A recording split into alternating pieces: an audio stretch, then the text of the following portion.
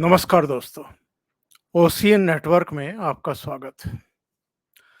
आपने क्या 2014 से पहले, जब 2004 से 2014 तक डॉक्टर मनमोहन सिंह प्रधानमंत्री थे, कभी भी इन 10 वर्षों में राहुल गांधी को किसी भी स्थान पर इस तरह से कुलियों से मिलते हुए देखा था क्या?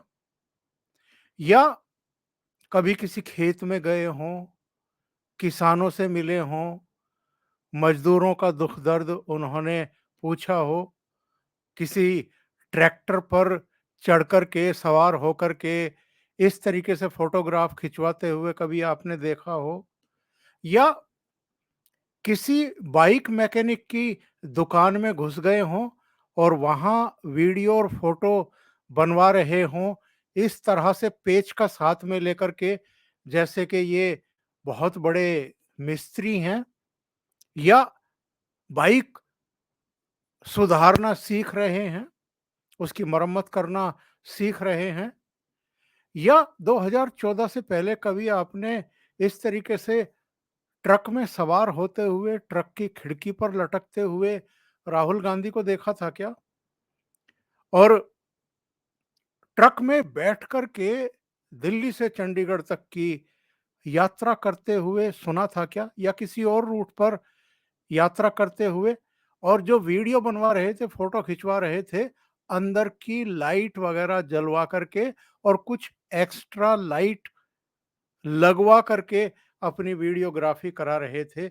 इस तरह के दृश्य क्या आपने कभी 2014 से पहले देखे?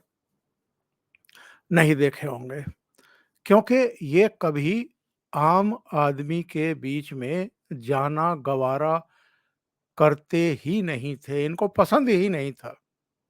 और गुलाम नबी आज़ाद ने तो जब कांग्रेस पार्टी छोड़ी है, तो 8 पेज की एक लंबी चिट्ठी सोनिया गांधी को लिखी थी और उन्होंने कहा था कि जब से इनको राष्ट्रीय उपाध्यक्ष बनाया गया कांग्रेस का, तब से पार्टी का बेड़ा गर्क होना शुरू हुआ, क्योंकि इन्होंने मनमानी करनी शुरू कर दी और जो सीनियर मोस्ट नेता हैं बीज कांग्रेस के, उनसे भी मुलाकात करनी बंद कर दी। उनसे सलाह-मशवरा लेना तो दूर की बात है। यानी पूरी तरीके से पार्टी के भीतर एरोगेंसी, सीनियर नेताओं से बातचीत नहीं करना। ये कभी सोनिया गांधी के समय भी नहीं हुआ। सोनिया गांधी को पता है कि उनकी लिमिट क्या है। उनको भारत के बारे में, भारत की राजनीति के बारे में, समाज के बारे में, आर्थिक मामलों के बारे में, अलग-अलग राज्यों की जो पेचीदगियाँ हैं, उनके बारे में कितनी समझ है, वो बहुत अच्छे तरीके से जानती हैं। लेकिन राहुल गांधी के बारे में एक बार अरुण जेटली ने पार्लियामेंट में कहा था कि इन्हें किसी भी चीज़ की कोई जानकारी नहीं है, कोई ज्ञान नहीं है, लेकिन ये हर विषय विशेषज्ञ हैं। ऐसे राहुल गांधी और प्रियंका गांधी वाड्रा या सोनिया गांधी भी कभी आपको पब्लिक के बीच में दिखाई दिए उन 10 सालों में, जब doctor Manmohan Singh prime minister थे? कभी नहीं गए।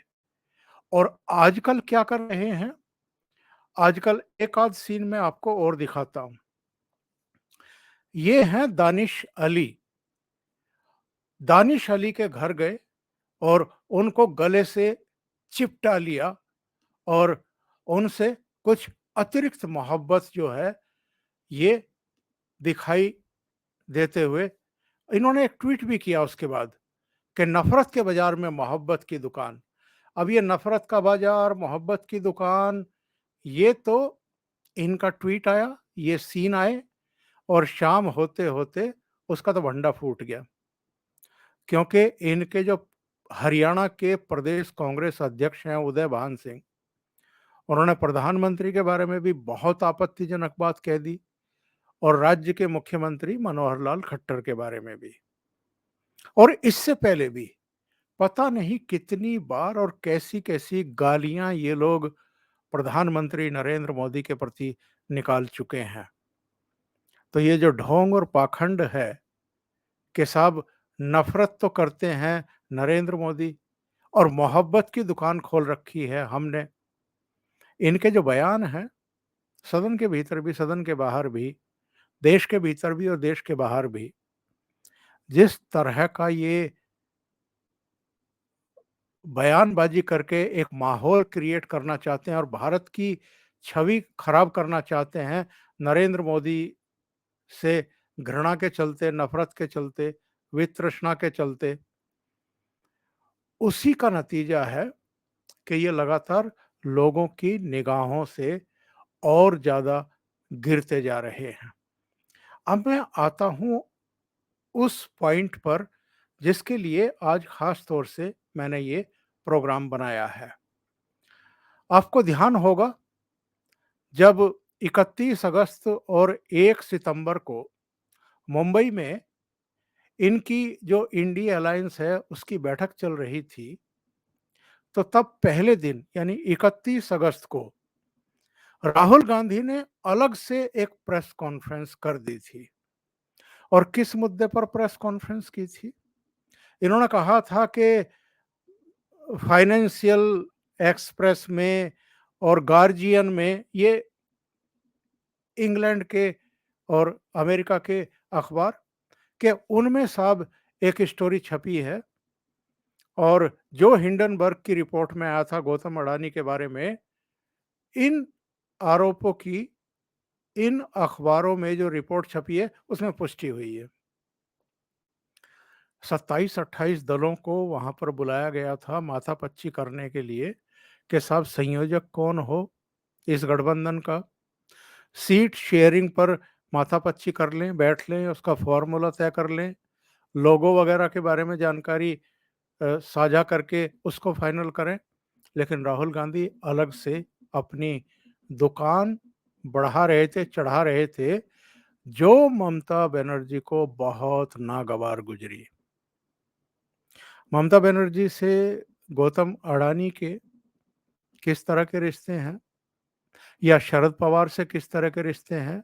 इन्हीं के मुख्यमंत्री अशोक गहलोत उनको राजस्थान लाए थे, उनकी कंपनियों के लिए, उनके कारोबार के लिए बाकायदा जमीन उपलब्ध कराई थी।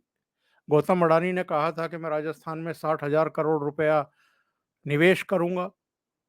इसी तरीके से छत्तीसगढ़ सरकार, वो भी गौतम अडानी की योजनाओं, परियोजनाओं के लिए काम कर रही है।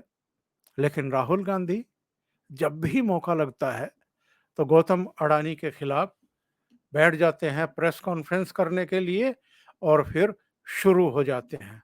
पता नहीं मतलब क्या निजी खुंदक है, कुछ कहा नहीं जा सकता। अब मैं आपको कुछ दृश्य दिखाता हूं। शरद पवार पिछले 6 महीने में तीसरी बार गौतम अडानी से मिले अहमदाबाद में। वो शनिवार को अहमदाबाद पहुंचे थे अपनी धर्मपत्नी के साथ और कुछ पार्टी नेताओं के साथ। वहां पर पुणे के एक व्यवसायी की किसी फैक्ट्री का इनॉग्रेशन उनको करना था, और साथ में गौतम अडानी भी वहां पर मौजूद थे जब ये इनॉग्रेशन हो रहा था। यानी दोनों ने साथ मिलकर के फीता काटा। और इसके बाद शरद पवार गौतम अडानी के घर भी गए और उनके दफ्तर भी गए। दोनों के बीच में बताते हैं कि फिर से आधा घंटा की मुलाकात हुई। क्या बात हुई पता नहीं, लेकिन गौतम अडानी से शरद पवार की यह तीसरी मुलाकात थी।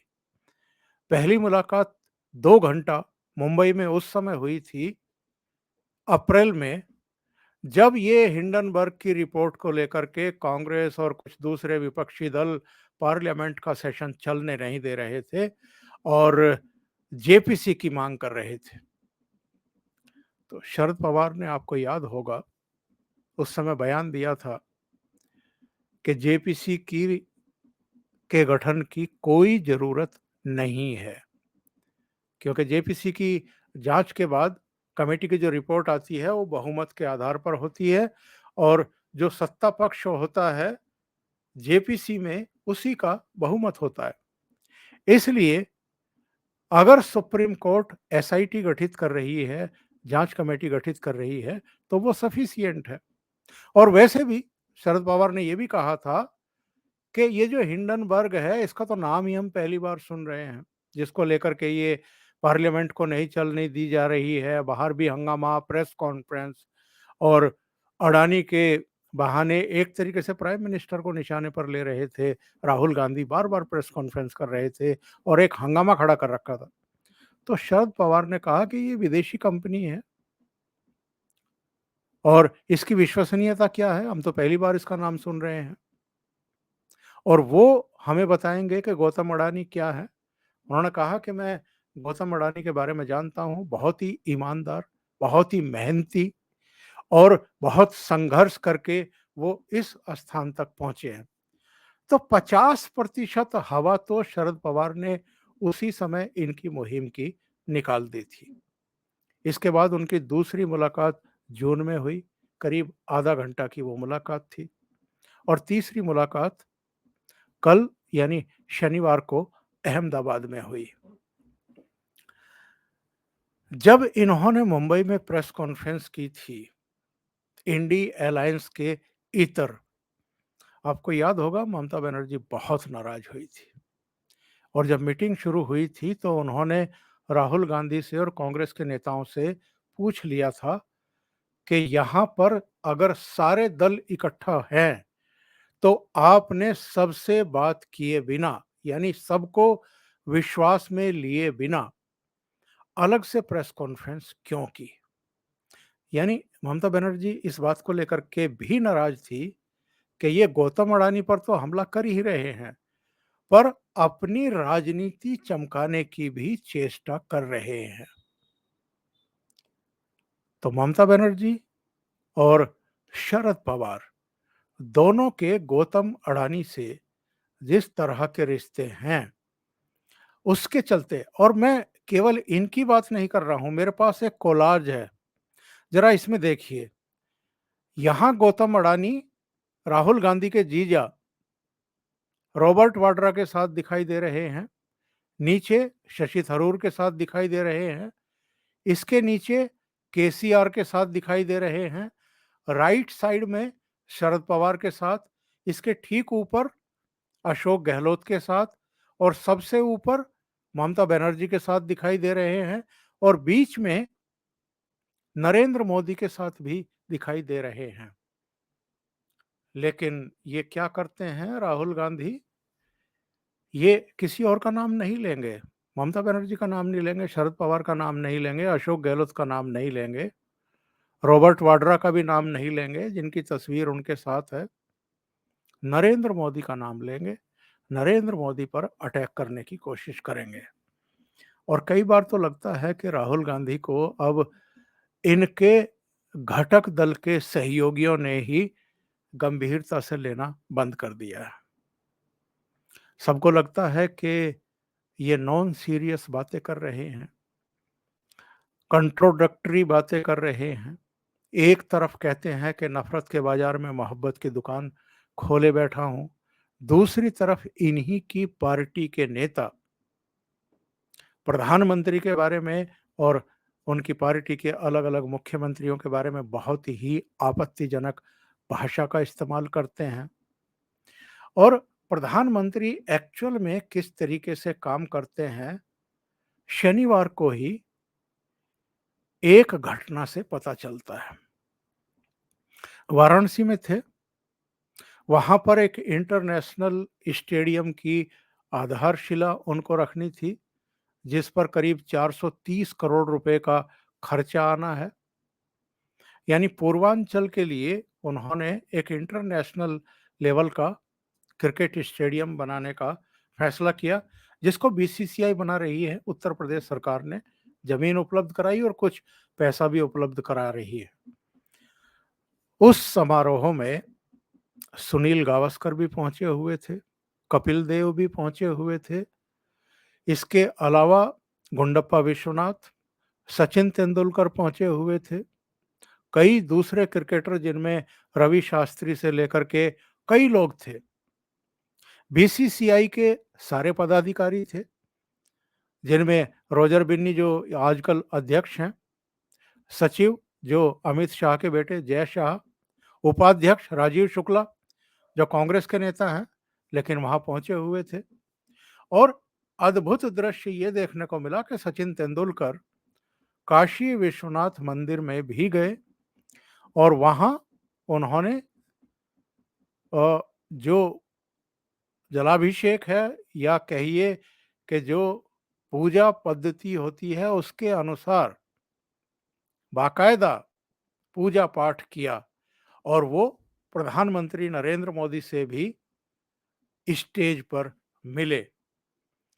अभी कुछ ही दिन पहले जब नई पार्लियामेंट में महिला आरक्षण विधेयक पारित किया गया लोकसभा में और राज्यसभा में, तब नरेंद्र मोदी ने फिल्म क्षेत्र की कुछ जानी मानी अभिनेत्रियों को दर्शक दीर्घा में बुलाया था और जाहिर है उनकी सरकार की तरफ से उनको निमंत्रण पत्र भेजा गया होगा, बुलाया गया होगा।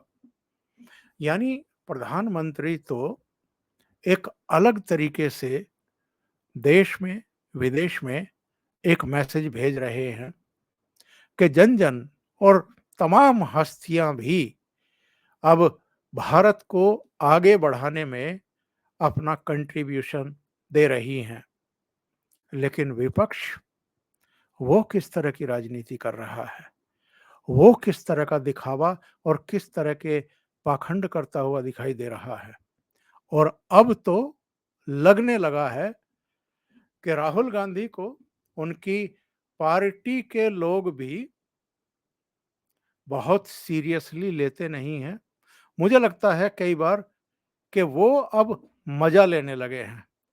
मजा इस रूप में कि राहुल गांधी जब खुद ही सीरियस नहीं है, नॉन सीरियस तरीके से इस तरह के काम अगर करने के लिए कहीं भी पहुंच रहे हैं, जिनके बारे में ये सवाल तो उठेगा ना कि भाई 2014 से पहले यानी विपक्ष में आने से पहले आप कभी इस तरह के काम करते हुए, लोगों के हालचाल जानते हुए, आम पब्लिक के पास जाकर के उनके दुख दर्द बांटते हुए क्यों दिखाई नहीं दिए? और आज जरा सी कोई घटना हो जाए, पार्लियामेंट के भीतर किसी ने दानिश अली को कुछ कह दिया, तो आप राजनीति चमकाने के लिए उनके घर उनसे मिलने के लिए पहुंच जाते हैं, उनको गले से लगाते हैं और फिर ट्वीट ट्वीट खेलने लगते हैं। तो ये स्थितियां राहुल गांधी को एक सीरियस नेता बनाने के बजाय उनकी छवि एक नॉन सीरियस नेता की ही बना रही। अभी के लिए इतना ही। बहुत बहुत धन्यवाद। अगर आपको ये चैनल और इसके कंटेंट पसंद आ रहे हैं तो लाइक करें, कमेंट करें, वीडियो को शेयर भी करें। अभी तक अगर आपने ये चैनल सब्सक्राइब नहीं किया है तो सब्सक्राइब कर लें और साथ में लगे बेल आइकॉन को दबाना ना भूलें ताकि आगे आने वाले वीडियो और उनके नोटिफिकेशन आप तक पहुंचते रहें। बहुत बहुत धन्यवाद। नमस्कार।